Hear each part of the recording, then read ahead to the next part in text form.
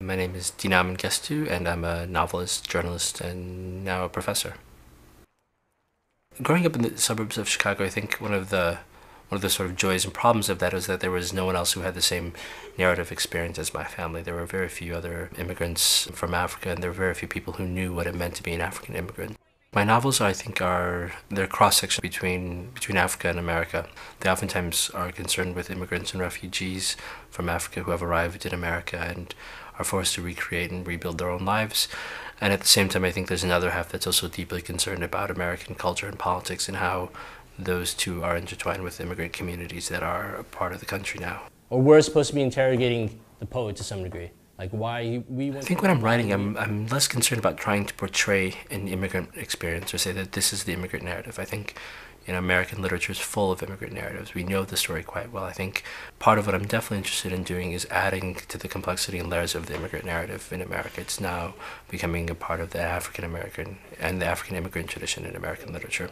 And at the same time, of course, I think like all novelists, I'm driven by the belief that people are fundamentally the same and that I can write the story of an Ethiopian immigrant in Washington, D.C., and that someone living in Kansas can find themselves reflected in that narrative, that an immigrant narrative is no different from a human narrative.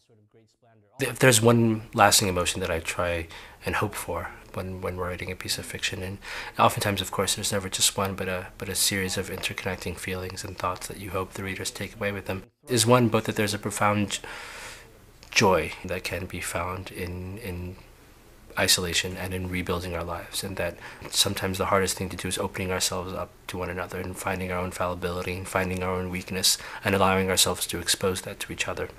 When I first received the phone call about the fellowship, I was actually in Africa at the time, at a literary festival in Nairobi that's there to promote literacy and writing in Africa, and especially in Kenya.